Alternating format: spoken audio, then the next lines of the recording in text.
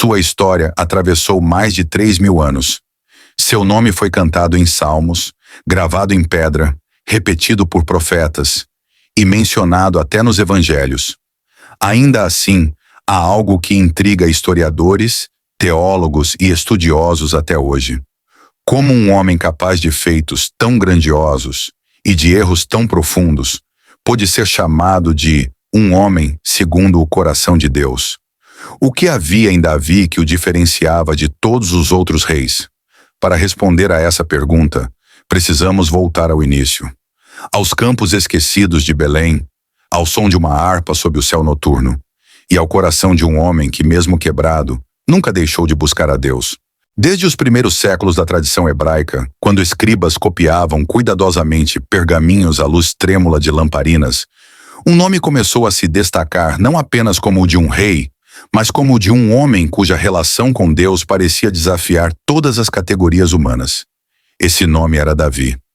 Sua história não começa em palácios, nem em exércitos organizados, nem em decisões políticas.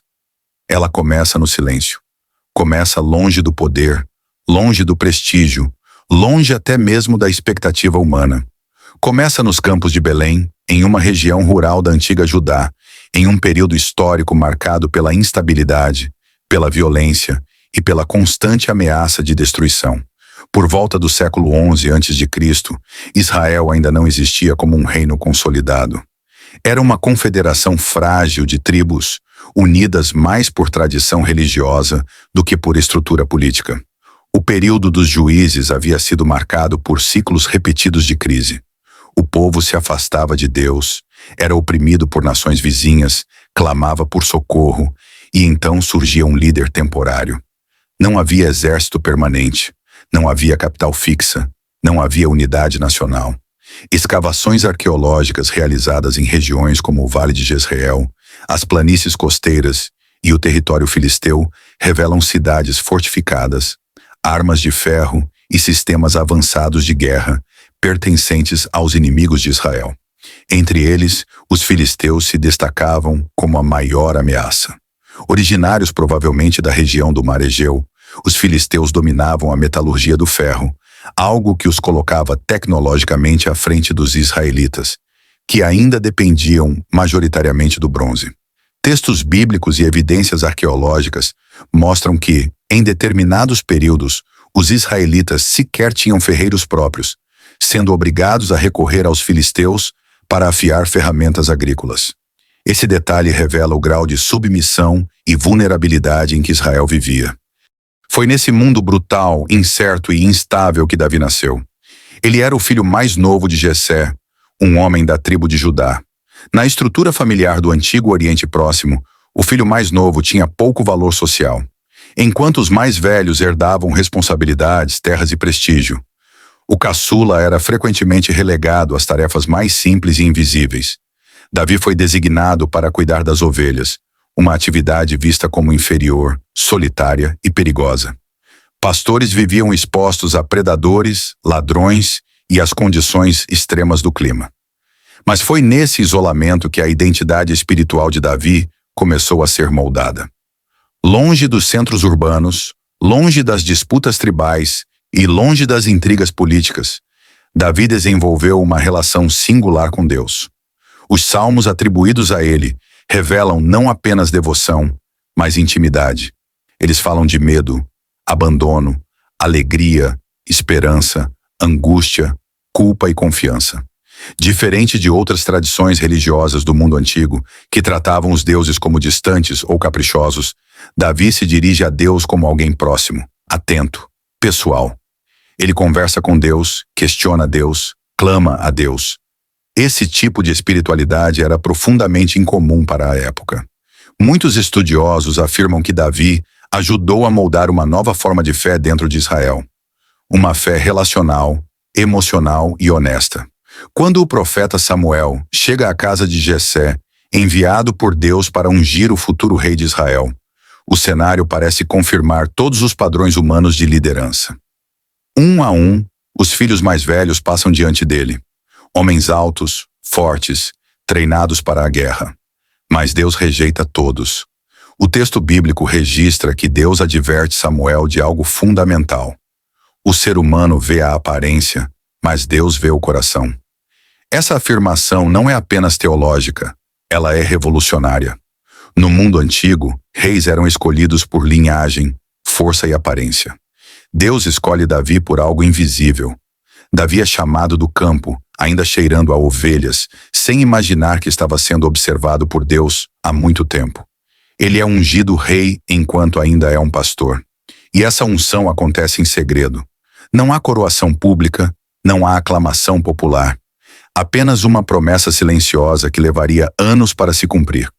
O episódio de Davi e Golias, muitas vezes reduzido a uma narrativa infantil de coragem, ganha uma dimensão muito mais profunda quando analisado historicamente.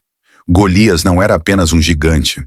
Ele representava o poder militar filisteu, a intimidação psicológica e a lógica da força absoluta. O Vale de Elá, onde o confronto ocorre, era uma região estratégica disputada por israelitas e filisteus.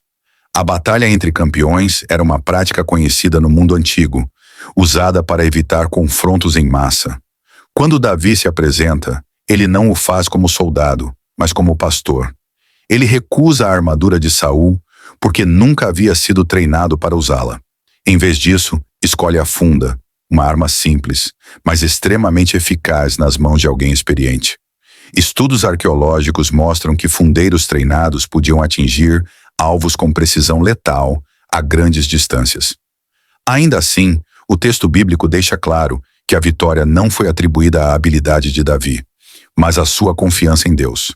Davi declara que a batalha pertence ao Senhor. Ele não luta para engrandecer seu nome, mas para defender a honra de Deus. Após essa vitória, Davi se torna uma figura popular, e é nesse momento que sua vida entra em uma fase de profunda dor. Saul, tomado pelo medo e pela insegurança, passa a vê-lo como ameaça. Inicia-se então uma perseguição longa e cruel. Davi foge de cidade em cidade, se esconde em cavernas, vive como refugiado em sua própria terra. Esse período, que dura anos, é fundamental para entender por que Deus amava Davi. Em meio à injustiça, Davi se recusa a tomar o poder pela força.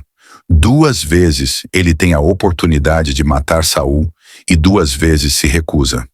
Ele entende que a promessa de Deus não precisa ser cumprida por meios humanos corruptos. Essa postura revela uma confiança rara na soberania divina. Quando Davi finalmente se torna rei, ele governa primeiro sobre Judá e depois sobre todo Israel. Ele conquista Jerusalém e a transforma em capital, uma decisão estratégica e simbólica. Jerusalém não pertencia a nenhuma tribo específica, o que ajudava a unificar o reino. Escavações na chamada Cidade de Davi revelam estruturas defensivas, túneis de água e vestígios de uma administração centralizada, compatíveis com o período davídico. Davi não apenas governa, ele reorganiza o culto, traz a Arca da Aliança para Jerusalém e estabelece um novo centro espiritual para o povo. Quando a arca chega, Davi dança diante do povo, sem se importar com sua imagem real. Ele se coloca como adorador antes de rei. Esse gesto, profundamente simbólico, mostra que Davi entendia sua posição como subordinada a Deus. Mas a história de Davi não é idealizada. O episódio com Batseba marca sua queda mais profunda. Davi, agora no auge do poder, permanece em Jerusalém enquanto seus homens guerreiam. Ele vê, deseja, toma e tenta encobrir seu pecado. O assassinato de Urias é um dos atos mais condenáveis registrados na Bíblia. No entanto, o texto não tenta proteger a imagem de Davi. Pelo contrário, ele expõe sua falha com brutal honestidade. Quando o profeta Natã o confronta, Davi não se defende. Ele reconhece seu pecado. O Salmo 51, associado a esse momento, é um dos textos mais estudados da literatura bíblica. Nele, Davi não pede apenas perdão, mas transformação. Ele pede um novo coração. Esse arrependimento profundo, genuíno e doloroso é central para entender por que Deus não o rejeita. Davi sofre consequências severas. Sua família se desintegra. Ele perde filhos, enfrenta rebeliões internas, vive o peso de suas escolhas. Ainda assim, ele nunca se afasta de Deus. Ele lamenta, chora, se humilha, mas volta. Sempre volta. Na tradição judaica, Davi se torna o símbolo máximo do arrependimento verdadeiro. Aquele que reconhece o erro, aceita a disciplina e retorna para Deus de coração quebrantado. Após sua morte, o legado de Davi cresce ainda mais. Jerusalém se torna o centro espiritual de Israel. A promessa de um Messias passa por sua linhagem. Os profetas falam de um futuro rei que se assentaria no trono de Davi. Séculos depois, nos evangelhos, Jesus é chamado de Filho de Davi, conectando a história desse pastor-rei a uma esperança que transcende o tempo. Os salmos de Davi continuam sendo orados, cantados e recitados por judeus e cristãos até hoje. Eles atravessam guerras, exílios, perseguições e renascimentos espirituais. Davi foi amado por Deus não porque foi perfeito, mas porque foi verdadeiro. Porque caiu, mas voltou. Porque errou, mas se arrependeu. Porque governou, mas nunca deixou de adorar. Sua história permanece viva porque ela reflete a própria condição humana diante de um Deus que não busca corações impecáveis, mas corações dispostos a se render, a se quebrantar e a retornar. É por isso que, mesmo após milênios, o nome de Davi ainda ecoa, não apenas como o de um rei, mas como o de um homem que buscou, acima de tudo, o coração de Deus. Se essa história falou com você, deixe um comentário dizendo o que mais te marcou na vida do rei Davi. E aproveite para nos contar. Qual história bíblica ou histórica você gostaria de ver no próximo vídeo? Sua participação ajuda este canal a continuar trazendo histórias que atravessam o tempo. Histórias que ainda falam a nossa alma.